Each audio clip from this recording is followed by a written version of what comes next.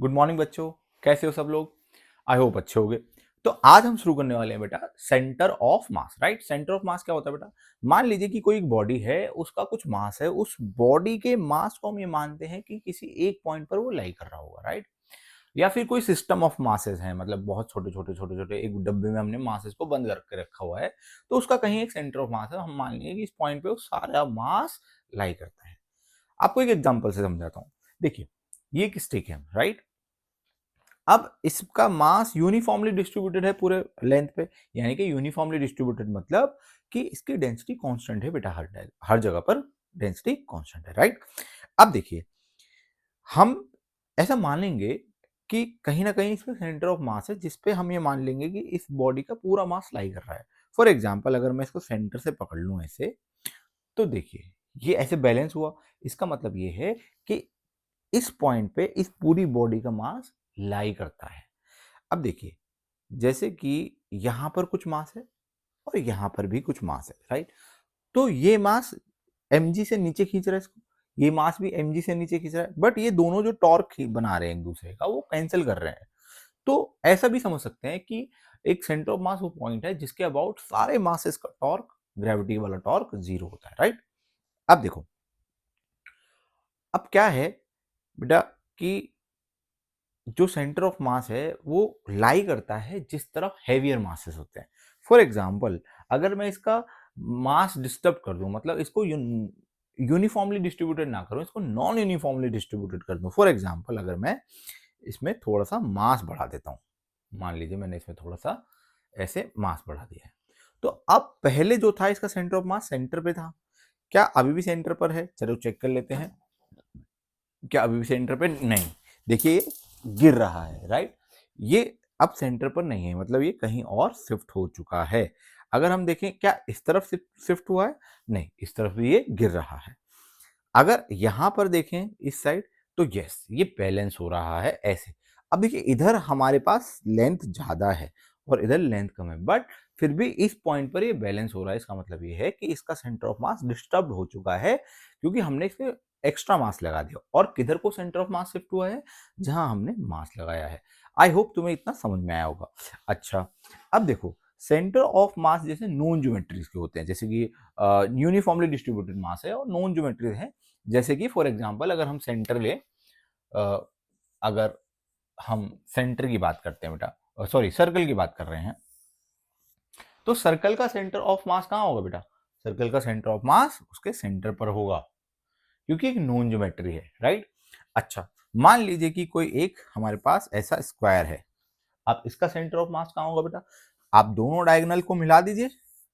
Right, दोनों diagonal को आप मिला देंगे, जब मिला देंगे आप, जो हमें पॉइंट मिलेगा वही उसका सेंटर ऑफ मास होगा। राइट, यानी कि जो हमारे नॉन ज्योमेट्रिक है उनका ज्योमेट्रिक सेंटर पर होता है हमारा सेंटर ऑफ मास। राइट, अच्छा, अब आप देखिए कि अगर मान लीजिए कि कोई सिस्टम ऑफ मासेस है, मान लीजिए कि एक मास नहीं है, बहुत सारे मासेस हैं हमारे पास, उन सबका एक कंबाइन हमें सेंटर ऑफ मास निकालना है। तो कैसे निकालेंगे? अब देखिए, मान लीजिए हमारे पास यहाँ एक m1 मास रखा है, यहाँ पर हमारे पास एक m2 मास रखा हुआ है, ये एक m3 मास रखा हुआ है, एक m4 मास रखा हुआ है। ऐसे कोई मासेस रखे हुए हैं और हमें इसका निकालना है कि सेंटर ऑफ मास कहाँ पर आएगा। राइट, तो उसके लिए हम क्या करेंगे? देखो, हम ऐसा मान लेंगे कि ओरिजिन को कंसीडर कर लेते हैं। मान लीजिए ये 0 0 इसका कोऑर्डिनेट है, और यहां से m1 मास की जो डिस्टेंस है वो है r1। क्या है? r1 vector distance, sorry vector है ये इसका। और ये r4 m4 का है, और ये r2 m2 का है, और ये m3 r3 है। मतलब ये r1 r2 r3 क्या है? ये पोजीशन वेक्टर है of the masses with respect to this origin. Right, तो अगर हम इसका सेंटर ऑफ मास निकालना है, तो उसके लिए एक फॉर्मूला होता है बेटा, r centre of mass means this is the coordinate of the center of mass is equal to m1 r1 plus m2 r2 plus m3 r3 and so on divided by m1 plus m2 plus m3 and so on, means this is the total mass. Right, and this is m1 r1 plus m2 r2 plus m3 r3 plus m4 r4 and so on, and divided by m1 plus m2 plus m3 means the total mass, right? अब मान लीजिए कि हमें x coordinate ही निकालना है। क्या निकालना है बेटा? x कोऑर्डिनेट निकालना है। तो x कोऑर्डिनेट के लिए हम क्या कर देंगे बेटा? x सेंटर ऑफ मास के लिए हम क्या करेंगे? तो इसमें r1 की जगह हम क्या लगा देंगे बेटा?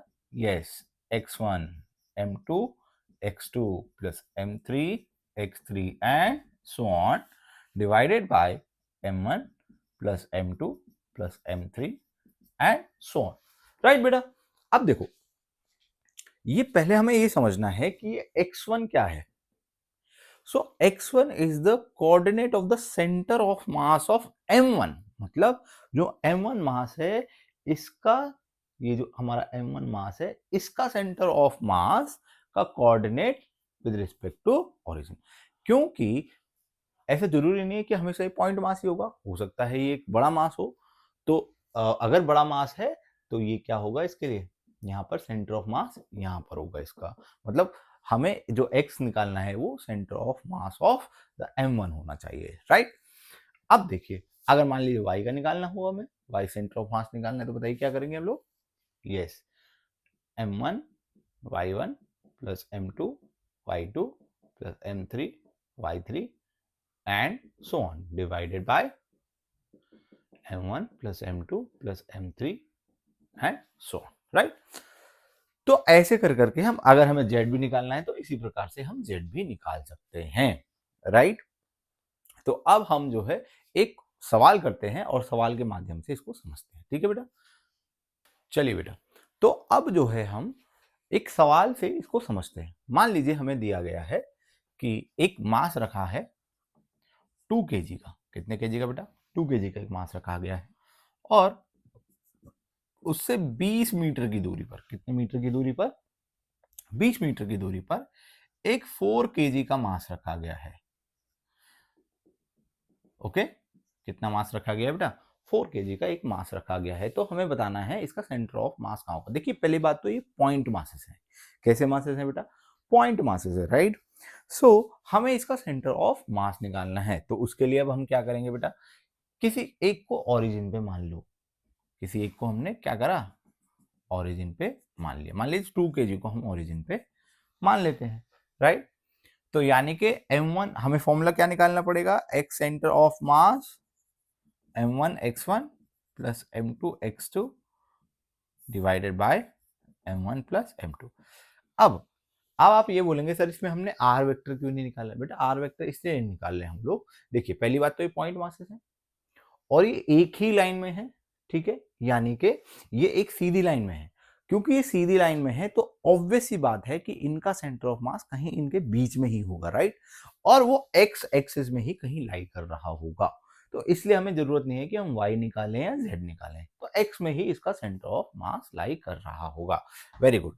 तो अब इसमें देखिए, इसमें m1 कितना है बताइए? 2 kg। इसमें m2 कितना है बेटा?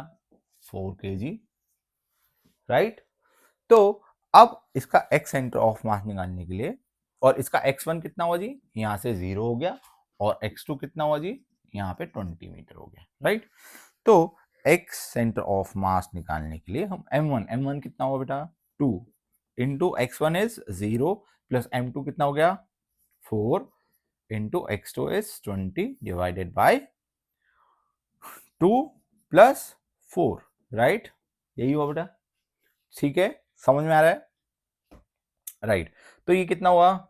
4, ये 6 हो गया। 4 इंटू 20 बाई 6 हुआ, यानी कि 2/3, यानी कि x centre of mass is at 20/3 metres. I hope आपको ये समझ में आया बेटा, ठीक है?